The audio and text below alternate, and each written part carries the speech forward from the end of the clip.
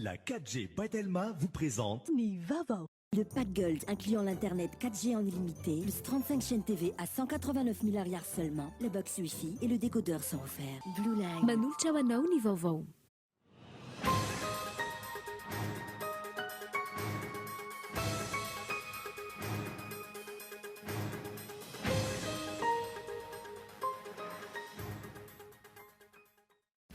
Mampametra-panontaniana rehetra fomba fihetsiky ny antoko-tima amin'ny alalan'ireo solombavamboaka misy 8 eny Tsimbazaza. Antony zava-baovao tsy mbola nisy teto amin'izao tontolo izao ny hoe antoko-mpanohitra sady tsy nanolotra kandida ho fidiana ho filohan'ny antenimiera no sady mifidy ny antoko mifanandrina aminy. Navoaka ny ministeran'ny fanajariana ny tany, toeram-ponena sy ny asa vaventy omaly ny appel d'offre anamboarana ny RN 44 izay mampitoa ny Moramanga sy Ambatondrazaka. Atomboka tsy ho ela ny asa fanamboarana ary ho vita ao anatin'ny fotoana fohy. Efa tavaverina amin'ny laon'ny famatsiana arasolika amin'ny tompom-pamokatra herinaratra any Antala. Laza ny avy eo anivon'ny Jiramafy efa nisy ny fifampiresahana, nanome fanazavana ihany koa ny tompona andraikitra ny amin'ny fahatapahan-jiro sy fahatapahan-drano amin'ny faritra maro eto Antananarivo sy ny manodidina. Maresaka iraisam-pirenena nodimandry teo amin'ny 490 taona ny Johnny Clegg na Zulu Blanc, vokatry ny omamiadana no antony nahafaty azy. Asibonanga no isan'ny hira nahafantarana azy tamin'izany. Ny adidirindreo arahanao afaka fotoana fohy.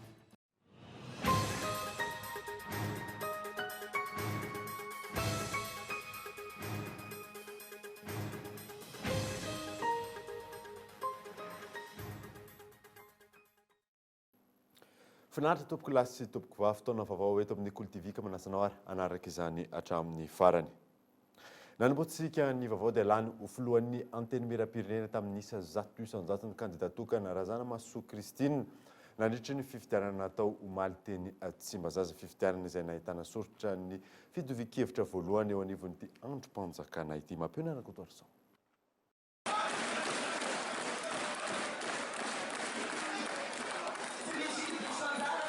Firaisan-kevitra izay no nanamarika ny fifidianana filohan'ny antenimiera-pirenena omaly tao amin'ny lapan'ny Tsimbazaza. Lany tamin'ny sambato 100 ny kandidatokana natolotry ny solombavambahoaka Ramatoa Razana Masoa Christine. Samy nanohana ampahabe maso ity kandida ity avokoa ireo antoko politika misy ao amin'ity androm-panjakana ity. Teny avy amin'ny vovonana isika rehetra miaraka amin'ny andra Juillet manolotra any député Razana Masoa Christine ho filohan'ny antenimiera-pirenena. Manome lalana azy isika hanao ny fampielezan-kevitra fohy mialohan'ny andraisantsika fanapahan-kevitra amin'ny safidy. Nandatsabato ny kandida natolotry ny IRD ihany koa ny solombavambahoaka avy amin'ny antoko mpanohatra. Kandida unika tsika eto, tombotsoan'ny antenimiera-pirenena dadavana samy eritreritra fampiakatra ny asiny antenimiera-pirenena. Ampiseho modèle na démocratie na ny maro anisa na ny vitsy anisa fampieno, fampitsikera ary samy tondra vahaolana ho fampandrosoana ny firenena. Ka izay no zavatra hoteneninay hoe raha toka ny kandida Razana Masoa Christine vonina anaja an'izay démocratie izay atao anatin'ny antenimiera-pirenena, vonina hiaino ny rehetra ary hanome lanja ny hevitry ny rehetra tonga ato, indrindrandrindra fa ny antoko-mpanohatra dia ifidy ho anazy zay.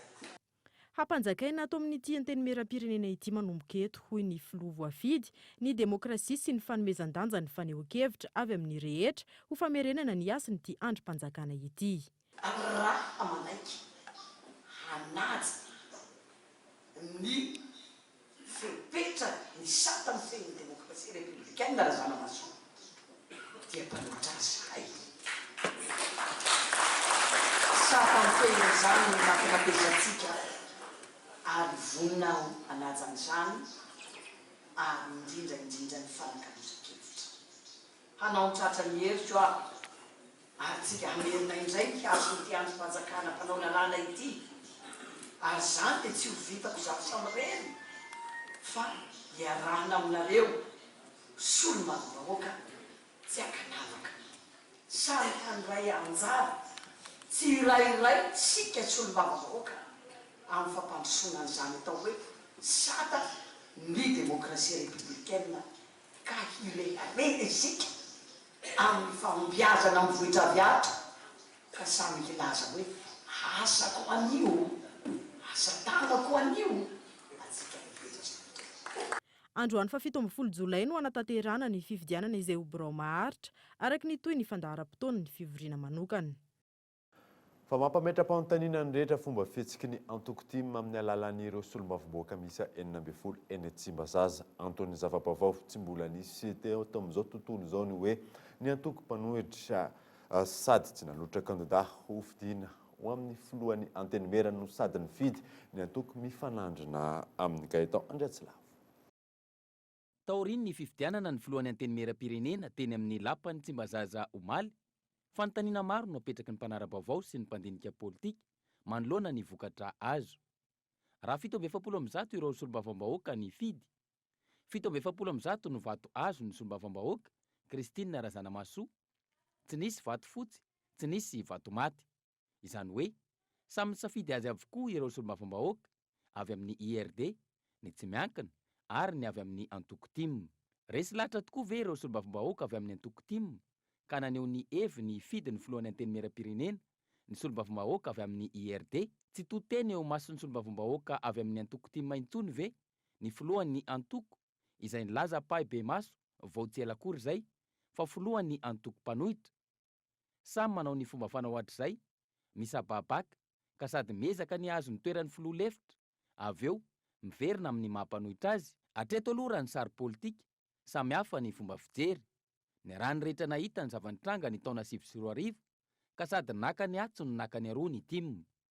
Mbola nitoy io fomba fanao io nandritra ny fitondrana HVM. Mbola izay ve ny zava-misy ankehitriny sa tena resy lahatra tokoa ampandroso any Madagasikara? Zava-baovao tsy mbola nisy teto amin'izao tontolo izao ny hoe nilaza ny ho antoko-mpanohitra sady tsy nanolotra kandidat ho fidiana ho filohan'ny antenimera-pirenena no tsy nanao vato fotsy ary ny fidy ny vondrana parlementaire mifanandrina aminy. Ambety tenin'izy ireo ny hoe ho modely ny demokrasia, anolotra vahaolana ampandroso ny firenena sy ny maro hafa. Izany tokoa ve ny tandona sa fikajiana toerana araka ny efa voalaza teny aloha ka noho ny avy eo mampiariary ny mahampanohitra azy. Anjarany tsirairay no mijery manoloana ireny zavanitranga teny amin'ny antenimera-pirenena teny Tsimbazaza omaly ireny. Anjarany tsirairay ihany koa ny manara-maso na hitazona ny teny nomeny sy ny toerana ny safidiany isy azy ireo solombavambahoaka tim misa 12 eny amin'ny antenimera-pirenena ireo na tsy. Fa zava-baovao mampisy fanantenana ho an'ny maro no hita taratra eny anivon'ny antenimera-pirenena ankehitriny raha ny faneho-kevitra ireo solombavambahoaka. Tsy ho solombavambahoaka raha tsy endrika tahaka ny fahita hatramin'izay raha ny fanazavana hatrany mampiona Kodoarso. Isan'ny endrika nampisehoana ny demokrasia sy ny firaisampo voalohany teo anivon'ny mpikambana vaovao ny antenimera-pirenena ny fanatanterana ny fifidianana izay ho filohan'izy ireo omaly. Fiainga vaovao mahavelo-panantenana no hita taratra hoy ny faneho-kevitra ireo solombavambahoaka. Ny fahitako azy dia miray hina ny député izao amin'izao fotoana izao ary ny arahantsika nahita zany ny kabarin'ny présidente teo misy azo raisina be dia be. Apetraka amin'ny plasiny tena izy zany ny député mena ny haza ny député sy ny sisa ny arahantsika nahena noho izany izany malety zany to ohatrany tsy hisy fitsony zany hafa ny teo taloha moako le hoe tsy nanana député ny président république zay ny fandehany tamin'ny taloha dia voatery nisy malety. Hitako ireny zava-misy maly reny dia azo lazaina ihany koa taritin'ny démocratie reny satria ny antony dia ny hery velona rehetra eto amin'ny tany sy fanjakana dia nanjairajara dolodolo. Eo ny pour ny fitram-panjakana dia izay miaraka amin'ny andriamatoa filoha Iandra Juillet. Eo ihany koa ny mety nilaza ho neutre. Eo ihany koa ny mpanohatra ary samy nomena fitenenana malalaka zareo rehetra. Fa ny tena zava-dehibe dia hoe azo lazaina fa hoe ny ray feo ny malagasy rehetra satria na ny mpanohatra dia nanoana ny Kristina Razanamasoa izay filohany antenimera-pirenena. Dia matoa zany zahay reto raha ny tenako milatsaka solombavambahoaka dia tsy hijery ny tombotsoa manokana na zany resaka hoe malety zany fa ny tombotsoa ho an'ny vahoaka izay nametraka anay teo amin'ny fitondrana satria ny vahoaka no midiranay atao anatin'ity lapan'ny demokrasia ity hitondra ny etaeta amin'ny vahoaka avy any mba hoentina ty amin'ny assemblée nationale ka angambany zany malety zany zavatra tokony efa ilozan'ny toetrano zany azoko lazaina hoe midera ny solombavambahoaka satria naturel be reny naturel reny voalohany ny présidenty nay zany dia olona mandala ny fihavanana sy firaisan-kina profond zany natambatra ray daholo zany ny entité politique rehetrarehetra nandany azy dikan'izay olona mamim-bahoaka koa zany izy tiany solombavambahoaka ka amiko zany logika be zany hoe izy no filohan'ny antenimieram-pirenena. Nanamarika ny tapany maraina ho an'ny andro faharoa amin'ny fivoriana manokana ireto solombavambahoaka ireto ny fisian'ny varavarana misokatra ho amin'ny fampahafantarana azy ireo ny rafim-pitantanana misy sy andraikitra ary ny dingana rehetra tsy maintsy lalovana amin'ny mampikambana eny anivony antenimieram-pirenena azy ireo. Iverenantsika eo mahakasika ny eny amin'ny antenimieram-pirenena Tsimbazaza amin'ny fananganana ny birao maharitra fa melohan'izay aloha dia navoaka ny fitondram-panjakana tamin'ny alalan'ny ministeran'ny fanajariana tany toeram-pinena sy ny asa vaventy ny appel d'offre anamboarana ny RN44 izay mampitohy an'ny Moramanga sy Ambatondrazaka atomboka tsy ho ela ny asa fanamboarana ary hovitain ao anatin'ny fotoana vohika eto Andriatsila. Ny lalana any aloha dia tena tsisy nininina mihitsy ratsy dia ratsy hoe ho anao filo nefa tsisy filohanao akory eo. Tena point noir daholo izy rehetrarehetra allo dia tsorona maro réparation anay ny anona frais tokony akatra 3 alina. Ny lalana ratsy tsy mbola misy fanamboarana loatra eto fa fampanantenana nataon'ny filoham-pirenena dia amboarana ny lalana hatreto aloha dia mbola miandry an'izay satria tena ratsy mihitsy mitombo ny orandana satria ny miratsy ny lalana fa niresaka ny entretien betsaka zavatra simba amin'ny taobilina ampirisiny koa mbola misy no manakanaka na niresaka dahalo manataka labasy eny an-dalana filisin'izany mbola zavatra injakenjana be amin'ilay lalan-drasy zalahy dia mianika labasy dia mandrofitra labasy zay ro zava-misy. Tahaka izay ny hevitr'ireo mpamily mampitohy Antananarivo sy Ambatondrazaka manoloana ny faharatsian'ny lalana. Mitombo ny fotoana lany, mitombo ny vola miala amin'ny fikarakarana ny fiara, mitombo ihany koa ny ahiasin'ny tebiteby eny amin'ny lalana noho ireo mpanao asa ratsy miakatra maka ny entan'ny mpandeha eny ambony fiara sy ny maro hafa. Nilaza ihany koa izy ireo fa efa nampanantenany filoha ny fanamboarana ny lalam-pirenena fa 2020 saingy hatramin'izao tsy mbola misy fanamboarana. Ny filoha izay efa nampanantena fa ho tanterana avokoa ireo viana sy fampanantenana ahafana mampandroso an'i Madagasikara. Tamin'ny alalan'ny ministeran'ny fanajariana ny tany, ny toeram-ponenana sy ny asa vaventy nivoaka ny appel d'offre ho an'ireo orinasa mpanamboatra lalana ahafana manamboatra ny RN44. Izany hoe atomboka tsy ho ela ny fanamboarana ny lalana mampitohy an'ny Moramanga sy Ambatondrazaka. Raha ny fanadihadiana natao araka ny appel d'offre izay nivoaka ihany koa ho zaraina loha 3 ny fanamboarana ny RN44. Loha voalohany ny fanamboarana sy ny fanaovana tara avy eo amin'ny PK 155 hatrany amin'ny PK 161 ary isy ny fametrahana radie eo amin'ny ranony loha fasika PK 160. Loha faharoa fanamboarana sy fametrahana radie ao manainga zipo ao amin'ny RN3A. Loha fahatelo fanamboarana sy fanaovana tara ny RN44 ao amin'ny PK 161 miazo ny serana mpiara-manidina ao Ambatondrazaka. Atomboka tsy ho ela araka ny efa voalaza teny aloha ny fanamboarana ary hovitaina ao anatin'ny fotoana fohy. Na izany aza atao manaraka ny fenitra takiany fanamboaran-dalana izay rehetra atao. Borofo entina milaza fa mitohy hatrany ny fametrahana ireo fotodrafitrasana mpanantena ny filohan'ny Repoblika ny vahoaka malagasy amin'ny alalan'ireo ministera tompona andraikitra isan-tsokajiny. Iverenantsika ny mahakasika ny eny amin'ny antenimieram-pirenena dia miditra amin'ny andro faharoa ny session spéciale eny an-toerana amin'ny zao fotoana izao ny fananganana ny baromahatra moa ny vaindondra raha amin'izany fanadina. Ny hariva teo no vita ny fifidianana ireo filoha lefitry ny antenimieram-pirenena ho an'ny faritany enina eto Madagasikara. Amin'izao fotoana ny fampahalalam-baovao izao miroso amin'ny fifidianana ny questeurs indray ireo solombavambahoaka eny Tsimbazaza. Ho an'ny faritany n'Antananarivo ny solombavambahoaka voafidy tao Faratsio Rastolonjatovo Honoré avy amin'ny vondrona IRD. Antsiranana ny solombavambahoaka voafidy tao Antsiranana voalohany raha Elianta Joseline avy amin'ny vondrona IRD.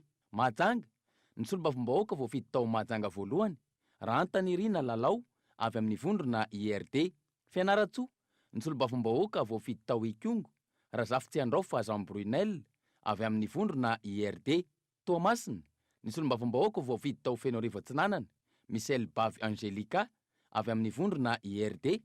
Ary ho an'ny faritany ny Toliary ny solombavambahoaka voafidy tao Betioky Atsimo, Rabenirina Jean-Jacques avy amin'ny vondrona IRD. Zay ny amin'iny fatafiakatra 770 tapitrisa dolara isa-taona ny famatsim-bola natokany Fonds mondial iadina amin'ny aretina VIH sida tazomoka sy ny tuberculose eto Madagasikara. Fepetra takina anefa ny fangarahana raha ny fitantanana na arabola izany na ara-pitaovana ivrichara. Manodidina ny 770 tapitrisa dolary isan-taona ny famatsim-bola natokany Fonds mondial iadina amin'ny aretina VIH sida, ny tazomoka sy ny koda varena eto Madagasikara. Na dia maro aza ny asa vita tamin'ny fandraisana ny tanana ny marary tamin'izany, tsy tomomba naraka ny tokony ho izy ny fampiasana ny famatsim-bola noho ny antony maro. Misy ny ataontsika hoe conflit d'intérêt ohatra, mety miantra, efa kolikoly zany na dia tsy resahana matetika ary. Misy ny resaka hoe fanodikodiana-bola, io efa fantatritsika zava-misy amin'ny sehatra ara-panjakana maro, fampiasana fahefana araka ny tsy tokony ho izy, tsy firarahina mihitsy zany ilay tena misy hoe ity vola ity dia natokana ho an'izao fa tsy tonga any amin'iny mihitsy ilay izy. Tsy ampy ankila ny fanamafisana ny ady amin'ny tsy fanarahan-dalàna, manodidina ny fitantanana ny famatsim-bola avy amin'ny Fonds mondial hatreto. Lesoka ny tsy fampafantarana ny endriky ny kolikoly anatin'izany sy ny andraikitry ny mpisehatra isan'ny tokony amin'ny fampanajana ny mangarahara. Io ny tanjo ny atrikasany iarahany CCM sy ny Transparency International teny Anosy. Ny votoatin'izao atelier ataonao izao dia hoe hofisoroana ny kolikoly sy ny hosoka amin'ny fitantanana ny volany, ny vola izay omeny Fonds mondial. Satria subvention azo atao ingeza ihany izy raha teniko nareo amin'ny 76 785 000 dollars. Subvention mamem-pony io tsy averina. Manodidina ny 4 dolary isan-taona natokany Fonds mondial hanamafisana ny ady amin'ny sida, ny koda varena sy ny tazomoka maneran-tany. Nampidina hatramin'ny 2.7 ny taham-pahafatesana ny famatsim-bola ny taona 2020 hatramin'ny 2022. Mahery ny 7.70 tapitrisa ireo nahazo fitsaboana momba ny koda varena, ary ilay manodidina ny 5.70 sy 700 tapitrisa naparitaka. Ho an'ny Madagasikara, nisongadina anatin'ny fampiasana ny famatsim-bola ny fametrahana ivo-toerana fitiliana sy fitsaboana manodidina ny 200, toy ihany koa ny fanentanana ny rosokajon'olona marefo amin'ny fianaky ny valanaretina sida, toy ny mpivarotena, ny mpidoroka zava-mahadomelona sy ny tanora 5.20 hatramin'ny 420 taona. Ny fampanajana ny zon'ny voafonja ao anatin'ny fiantohana ny fandriam-pahalemana io ny fanamby napetraka ny mpandrarahany fonja eto Madagasikara manomboka izao. Lesoka anatanterahana izany anefa ny tsy fahampian'ny ara-pitaovana sy ny maro hafa. Ivrichara. Ny fampanajana ny zony voafonja anatin'ny fiantohana ny fandriam-pahalemana, ny fanamby napetraka ny mpandrarahany fonja eto Madagasikara manomboka izao. Ankoatra ny tsy fahampiana ara-pitaovana sy ny fahanterany fototra-afitrasa nandritra ny 80 taona, nisy an'ity sampandraraha miadidy ny voafonjy ity. Lesoka ny tsy fahampiany ny fahaiza-manao sy ny isan'ny mpandrarahany fonja eto Madagasikara. Raha jerentsika izao ny isan'ny voafonjy eto Madagasikara nefa mananika ny any amin'ny 24 000 anoany zany. Nefa ny isan'ny mpiasa nefa hatreto vao manananika ny 3,000 hoe. Dia izay zavatra izay tena misy ataontsika hoe misy tsy fandanjana ihany. Ny fenitra iraisam-pirenena voafonja anankidimy sahanina mpandrarahany fonja anankiray. Nefa raha ataontsika nefa ny kiady dia tena mbola lavitra be tsika eto Madagasikara zany. Atomboka amin'ny sekolim-pirenena manofana ny mpandrarahany fonja ny fanatsaran'izany manomboka izao. Tafiditra anatin'ny taranja fototra iangano ny fampiofanana ny fanajana ny zon'olombelona, ny fiantohana ny fandriam-pahalemana sy ny fampitana ny fitondran-tena mendrika, hoentina manatanteraka ny asa, hanamafisan'izany ihany koa ny fifanakalozana trakefa nivelany raha ny fanadiadiany. Raha tsy teny fotsiny zao ny any amin'ny napy Frantsa zany, ny an'zareo ny fampiofanana ataontsika hoe agent pénitentiaire dia ao anatin'ny enim-bolana fotsiny. Fa ilay mpianatra kosa rehefa tena mivoaka dia tena avy hatrany dia ataoko hoe mahay ny asany. Satria tsy misy afa-tsy ny lafo ny asa miandry azy no ampifoanana azy ao amin'ny sekoly. Ka everiko fa azo entina mamaritra ireo taranja zay tokony ampianarina aty amin'ny sekoly mampiofana ampandrarahany fonja aty Madagasikara ihany koa zay ataontsika hoe méthode sy pratique ataony zareo any ivelany zay. Ary izay no antony sokafana atao ato zao zahay dia hisokatra ihany koa amin'ny sekoly pirenena manofana ampandrarahany fonja any Burkina Faso. Ny fiarahamientan'ny mpisehatra rehetra araka izany no ahafahana manarina ny tontolon'ny fandrarana ny fonja eto Madagasikara. Vonona ny fanolotanana amin'izany ny fitondram-panjakana sy ny mpiara-miombonantoka ara-teknika sy ara-bola. Santionana amin'izany ny projet d'appui à la justice à Madagascar izay vatsy any AFT vola no marihana tetsy Mahamasina Androany ny faha-80 taona ny mpandrarany fonja eto Madagasikara. Tonga eto amin'ny fotoanany dokavarotra isika aorianan'izay nandraisantsika vahiny fa eo ihany koa no hijerentsika ny mahakasika ny avant-première ny horonan-tsary Le Roi Lion izay ao amin'ny Siepaksa Ambodivoana rehefa feo ary.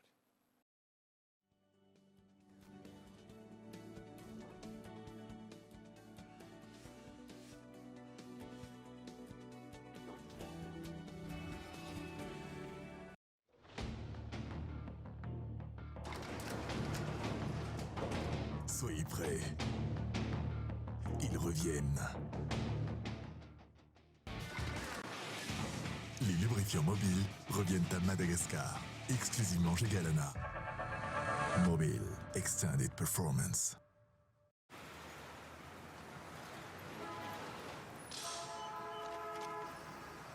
Découvrez le délicieux goût de coco, léger, frais, qui vous fait voyager.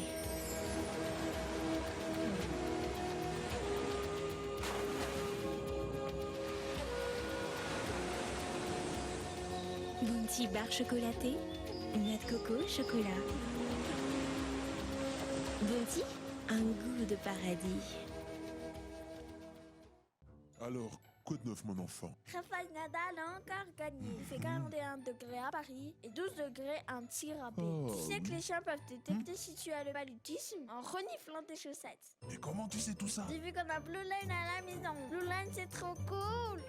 Avec le pack Gold incluant l'internet 4G en illimité, plus 35 chaînes TV à 189 milliards seulement, le box Wi-Fi et le décodeur sont offerts. Et en ce moment, gagnez jusqu'à 5 Go de bonus, valable 24 heures sur 24 pendant 30 jours pour les offres prépayées internet. Blue Line. Tu crois qu'elle est comment, la vache qui fait du kiri? Elle est toute carrée comme le kiri. Ou alors elle est rallongée pour faire plus de boulets. Moi, je crois qu'elle a un masque et une cape bleue. C'est une vache super-héros, en fait. Trop bon. Du lait, de la crème et plein d'imagination. Kiri, kiri, kiri. Pour toi, le téléphone, c'est plus d'SMS, plus d'internet ou les deux? Hello! C'est jusqu'à 10 mégaoctets d'internet ou jusqu'à 10 SMS pour 100 arias seulement. Hello! Et oui, pour seulement 100 arias. Yeah! Jusqu'à 10 mégaoctets d'internet ou 10 SMS. Et en plus, tu peux souscrire jusqu'à 10 fois par jour. Hello! Pour seulement 100 arias. Et c'est pas fini. Telma double ton bonus la nuit. Tape le dièse 322 étoile 67 dièse. Telma, numéro 1 pour les jeunes. Ay, Juillet, mahay mandeha ny tsanak'dadasineny. Soiany fehivavonina ny kiraro ianarany mandeha sady voatandrina daholo ny rirany maranitra sy prizy ato an-trano.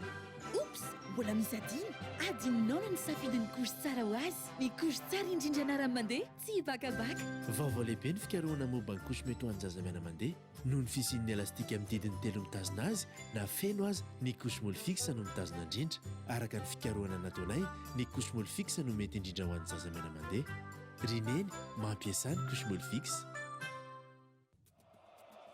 Raikitra ny baolina tonga dia azakazaka be lasao taka be ny ekipa Salto mato baolina matsiry be ny avana amin'ny lalao miaraka amin'ny Salto Salto ifampisarana fotoana amin'ilay rehefa mijery baolina. Salto, crée qu'il y a le foot à plein dedans.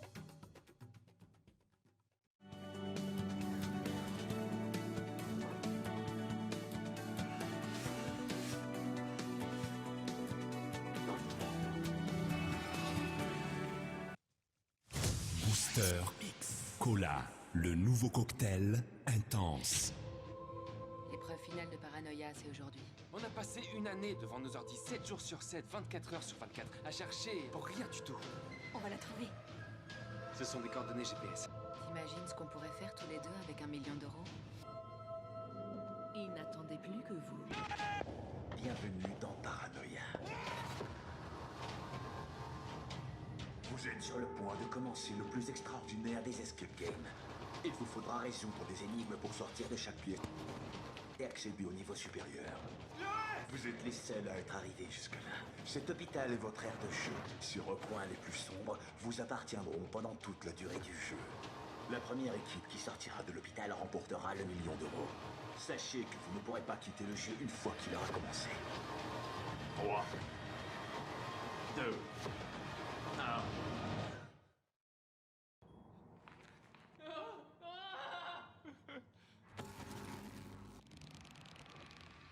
manambahiny ny sampana fampalalam-baovao amin'ity alina ity tsy zany fandriamatoa radanoara Juillet zay tompona ndraiky treo anivon'ny prekaes ankady fotsy miarabanao tonga zo eto amin'ny sampana fampalalam-baovao fantanina apetrako aminao voalohany nareo manomana olona sy na mpianatra amin'ny fanomanana amin'ire fanadina-mpanjakana inona daholo zany zao no mananareo amin'izao fotoana zao. Voalohanteny moa zany dia faly miarabantsika rehetra isa tokantrano miarabanao ihany koa fa efa fantatra ny be sy ny maro moa ny prekaes akady fotsy dia manomana fanadina-mpanjakana foana ny amin'ity zany maromaro izy voalohany amin'izany zany dia ny faradoboka amin'ny akadémie militaire na ny akmil ho an'zareo manana bac plus 2 satria ny embotra moa zany ny daty fanaterana farany ny antota taratasy sy ny datin'ny fanadina-mpanjakana. Faharoa manarakaraka an'izay dia ireo zay manana bac na bac plus 2 na bac plus 4 zay te hanao planificateur. Io ndray zany dia navita asa roa taona farafahakeliny dia ny concours moa zany dia amin'ny 19 septembre ho avy zao ny concours amin'izy io. Dia ny manaraka dia ny inspecteur d'état. Ny inspecteur d'état moa zany dia 3 volana no manana azy volana juillet, août, septembre. Ireo ndray zay manana ny diplôme ahafahana miditra catégorie 9 ao amin'ny fonction publique na koa hoe manana doctorat dia mihoatra ny 5 taona dia na magistrat na koa officier amin'ny forces armées na fonctionnaire manana ny ao anatin'ny catégorie 7 hatrany amin'ny 10 ka navita 7 taona tao amin'ny fiasany 7 ans de service dia mihoatra ny 7 taona. Dia ny manarak'izay dia ny deuxième vague amin'ny magistrat financier administratif ary judiciaire ary koa ny officier de police zay manana bac plus 2 ny commissaire de police bac plus 4 dia ohatran'izay koa zany ny magistrat. Dia farany ny concours zay idirana any amin'ny INSCAE dia manomana ihany koa zany zay ao amin'ny prekaes akady fotsy. Ary manaona kosa ary ireo daty isatsokajiny amin'ny mahakasika an'ireo fanomanan'ireo. Raha momba ny faradoboka ny akadémie militaire akmil dia ny farafanaterana ny dossier dia 23 août na embotra izy io dia ny concours dia amin'ny 23 septembre. Nen'ny planificateur dia efa tamin'ny 12 juillet teo no nitapitra fa zay moa dia efa manomana ihany satria 19 septembre ny concours. Dia nen'ny inspecteur d'état kosa dia amin'ny 24 septembre izao zay mahatonga any manao 3 volana juillet, août, septembre mbola mandray zany zay amin'izao fotoana izao. Dia ny deuxième vague ndray kosa ny amin'ny bac plus 2 neny officier de police ny bac plus 4 neny commissaire de police ary ny magistrat dia zay zany dia efa mianticiper amin'ireo concours reo ohatra nisy ataona fanao ny prekaes. Neny INSCAE moa zany dia amin'ny volana septembre ny concours dia efa manomana ihany koa zany zay dieny zao. Ary ao anatin'izay resaka fanomanana zay inona ary ireo hoe tombontsoa ho azon'ny mpianatra raha hoe ao amin'ny prekaes akady fotsy izy no manao ny fanomanana io. Voalohany indrindra moa zany dia hoe manomana ny fiainanao mihitsy ny prekaes betsaka ny efa afaka atao zany fa mety any amin'ny efa tsasaky ny administration mba mpianatry ny prekaes daholy hatramin'izay ka hatramin'izao. Mokoa moa zany ny any amin'ny fanjakana dia sécurité d'emploi retraité anao vao miala ao fa manana fotoana be zany ianao mbola ekarana eo amin'ny fiainana na manao fanadina-mpanjakana ambonin'izay. Ny mampiavaka ny prekaes zany dia araky ny mahazatra matiera anankiray mety mpampianatra anankitelo no mampianatra an'izany ary zay ny hoe mena fahafahana mihitsy ny ankizy mba ahafahany miatrika atsakasiandavany zany fanadina-patsaka an'izany. Aray zao ny toerana soeny azahoananareo amin'ny prekaisa Kadifotsy. Ny toerana misy an'ny prekaisa dia ao Kadifotsy 10 metatra amboniny hektara ary 10 metatra ihany koa ambanin'ny Shell eo akaiky ny centre de santé manampy soa mihitsy zany. Dia ny telefôna azahoana prekaisa Kadifotsy dia ny 033 85 788 55 033 85 788 55 na 034 50 012 05 034 50 012 05. Ny amaranantsika anazy ary ny fanetanana sy ny hoe fanamafisana ny mahakasika an'ireo fanomanana ataonareo ireo. Raha nomana fiainana ianao sy ny aoriana rehetrarehetra sy no avinao dia izao dia efa mijery an'izany zavatra izany indrindrindra miatrika ny tompo concours to indrindra ny olona efa ela nianatra dia nijanona an'izay dia manjary sao dia Juillet arafesina tanteraka ny saina dia avozina indray ao amin'ny prekaisa manatrika an'izany hoe faradoboka ny académie militaire ACMIL zany na manao ty planificateur ty bac na bac plus 2 na bac plus 4 ny inspecteur d'état moa dia efa tsy lazaina intsony dia ny deuxième vague amin'ny officier de police ny commissaire de police magistrat judiciaire magistrat financier ary magistrat administratif mareny eto fa afaka manao magistrat financier reo économiste na reo nananatra gestion nisy ka eo dia niveau bac moa zany ny idiranany fa dia manomana ny koa zany ny prekaisa zao voalohany kanefany misy zay fa betsaka nareo anatrika an'izany satria nisika eo dia fianarana manomana manapahaizana eto amin'ny firenena. Ankatrana ianao vahita eto amin'ny fampalalam-baovao sy nitondra ny mahakasika an'ireo fanomanana ataonareo amin'ny prekaisa Kadifotsy ireo. Satra topoka. Zay ny amin'iny fa efa tafaverina amin'ny laon'ny famatsiana aratsoloka ny tompo-mpamokatra herinaratra any Antala. Laza ny anivon'ny Jirama fa efa nisy ny fifampiresana nanome fanazavana ihany koa ny tompon'andraikitra amin'ny fahatapahan-jiro sy ny fahatapahan-drano any amin'ny faritra maromaro eto andrenivohitra sy ny manodidina Michela Ranaritra. Raha toa ka tapaka omaly ny herinaratra efa nahitana vahaolana rehefa misy ny fifanarahana tamin'ny mpamatsy-solika hafa ny amin'ny famatsiana ara-tsolika ny tompo-mpamokatra herinaratra any Antala. Tsy nisy stock na gasoil tao amin'ny dépôt an'ny orinasa anankiray izay mpamatsy solika. Androany efa voavay olana io ka dia mino fa tsy hisy tsony izay délestage izay androany ariva fa hiverina amin'ny laoniny tanteraka ny famatsiana herinaratra ho an'Antala. Hetsenkila no an'ny eto andrenivohitra isany notanterina teto amin'ny fampalalam-baovao ny olan'ny fahatapahan-drano sy ny fahatapahan-jiro tatoato olana ara-teknika no voalaza fa antony izany. Misy fahatapahan-drano efa ataoko hoe herinandro teo eo izay amin'ny faritra Ambohimanarina hatrany Ivato rehetra iny noho ny fahasimbana fitaovana anankiray ao amin'ny pompe amin'ny surpresseur mampiakatra ny rano amin'ny réservoir ao Ambodimita.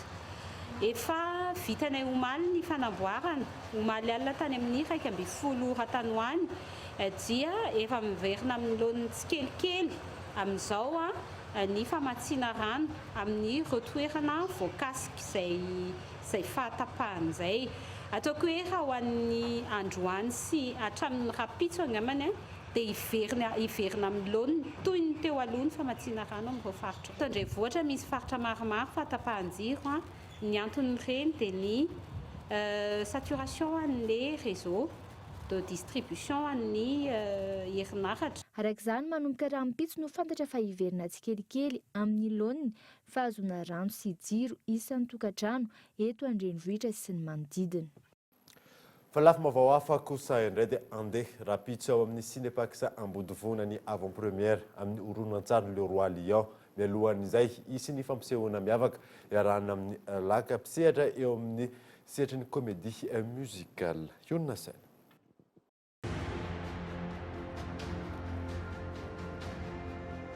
Tout ce que tu vois obéit aux lois d'un équilibre délicat.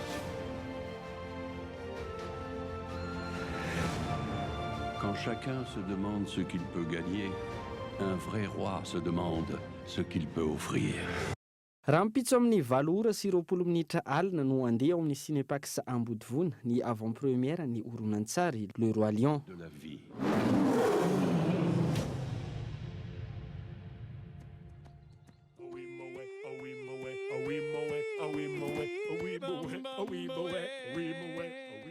Mandritra ny ora iray amin'ny 7 ora hatramin'ny 8 ora alina ihany ka tanteraka ao anatin'ny comédie musicale ireo izay anatrika ity fotoan-dehibe ny horonan-tsary raha mipitso ity iarahana amin'ireo mpisehatra efa matianina amin'izany ny laka. Flash mob zany no anaran'ilay zavatra ho ataonay, zany hoe mandehandeha eraky ny mpijery zay a, sady mihira dia misy projection eo aoriana eo zany. Le dessin animé aloha no nampiasainay satria ny hira tamin'ny dessin animé no nataonay tamin'ilay spectacle nataonay farany teo dia mandehandeha zany zay a, ny ankizy ny lehibe mifangaro eny daholo zany miaraka amin'ny mpitendry fa rehefa afaka nareo dia tongava fa tsy hanenena laleza fa raha ny kely hitanay aloha dia tsara be. Hatreto efa lany ny tapakila amin'ny efitrano voalohany raha mbola misy kosa ny tapakila amin'ny efitrano iray hafa ka anasana ireo izay liana amin'ity avant-première ny Le Roi Lion ity hiazakazaka hividy ny tapakila eny amin'ny Cinépax Ambodivona.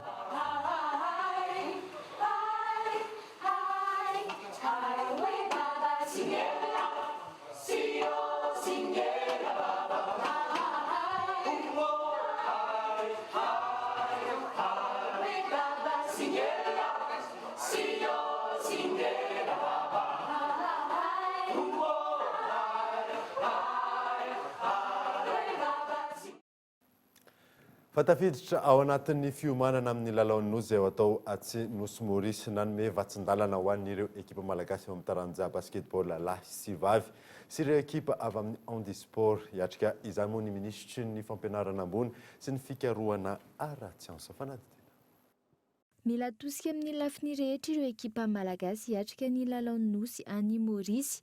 Ho an'ny ekipa taranja handisport ery lehibe hoy ny mpanazatra ny fanohanana ary manosika azy ireo hitondra ny amboara-mody. Fahatongavana amin'izao dia ery lehibe ho an'ny reto atletatsika reto izay araka nolazaina teo hoe fahazatra mibata ary fampanantenarana ataonay satria na ataontsika hoe nisy zao fihaonana zao na tsy nisy izahay efa manana eritreritra fa tsy maintsy mipolo baka roa ho raisinareo satria meday feno amin'ireo tamin'izany indrindra no nanome vatsin-dalana ho azy ireo ny minisitry ny fampianarana ambony sy ny fikarohana ara-tsiansa izay mpiay ity taranja ity. Ao anatin'izay zany dia tsotra ny teninay afatranay reto hoe ny avy firenena ny voninahitry ny firenena no hoentinareo ka dia engany tena zany tokoa ary fantatro fa mifonareo tanteraka ianareo no mitondra an'izany. Eto moa nalaza be tatoaty alefa bariady za zany dia efa mitenika io hoe alefa ny handisport. Ankoatra ny ekipa malagasy taranja handisport dia isana azo vatsin-dalana ihany koa ny ekipa malagasy taranja basketball izay eo ambany fiahin'ny minisitra professeur Reto Fiainena Félicité ihany koa. Voalohany indrindra zany dia fisaorana erakoa era-tsaina azo any ho an'ny minisitra politika satria tsy namelanay hoe ary mbola hoe nanome sotenisy solona vatsy dia mamerina fisaorana zany izay joueur ary amin'ny tsara indrindra ahafahana hoe mamerina eto indray zany médaille d'or.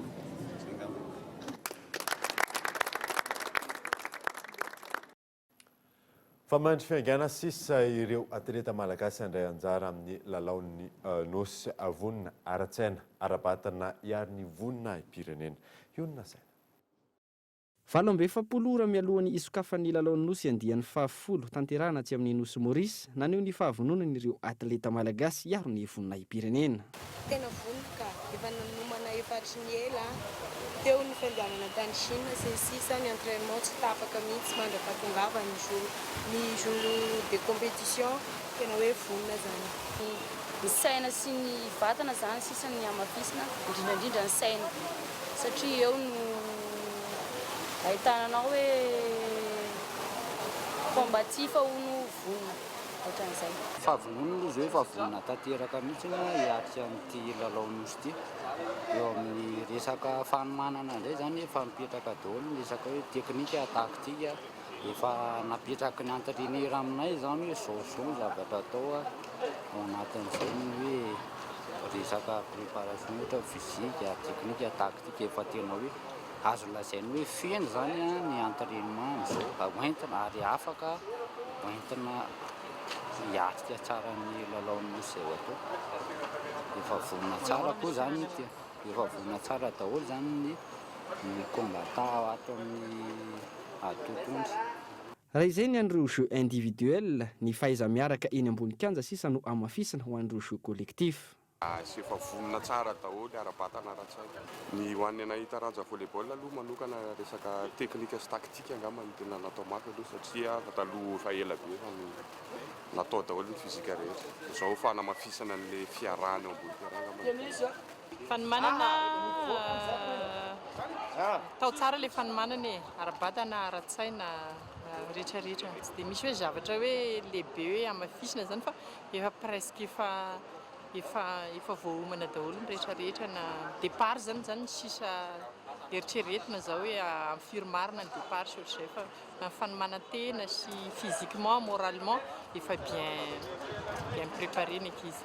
Raha ny fandaharam-potoana ny zoma izao amin'ny 9:00 ora eto Madagasikara ny fanokafana amin'ny fomba ofisialy ny lalao nosy andiany 10 ao amin'ny kianja Anjalay Bellevue any Maurice. Alohan'ny sarana andeverina aminao ny vaovao nisongadina tamin'ity alina ity. Navoakan'ny Ministeran'ny Fanajariana ny tany sy toeram-pinena sy ny asa vaventy omaly ny appel d'offre anamboarana ny RN44 izay mampitohy any Moramanga sy Ambatondrazaka. Efa tavaverina amin'ny laon'ny famatsiana arasolika ny toby mpamokatra herinaratra any Antala laza ny avy eo anivon'ny Jirama efa nisy ny fifampiresahana nanome fanazavana ihany koa ny tompon'andraikitra ny amin'ny fahatapahan-jiro sy ny fahatapahan-drano amin'ny faritra maro eto andrenivohitra sy ny manodidina.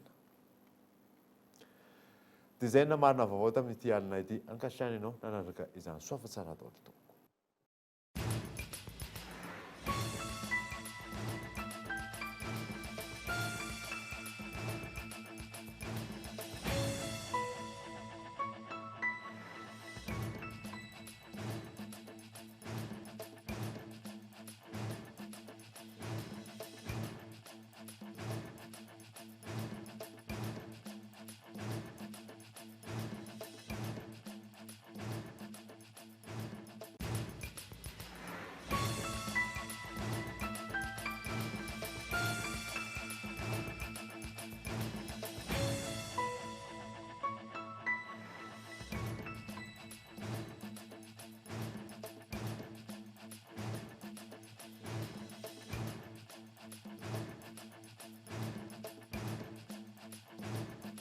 Le journal vous a été présenté par le pack Gold incluant l'internet 4G en illimité, plus 35 chaînes TV à 189 000 seulement, le box Wi-Fi et le décodeur sont offerts. Blue Line.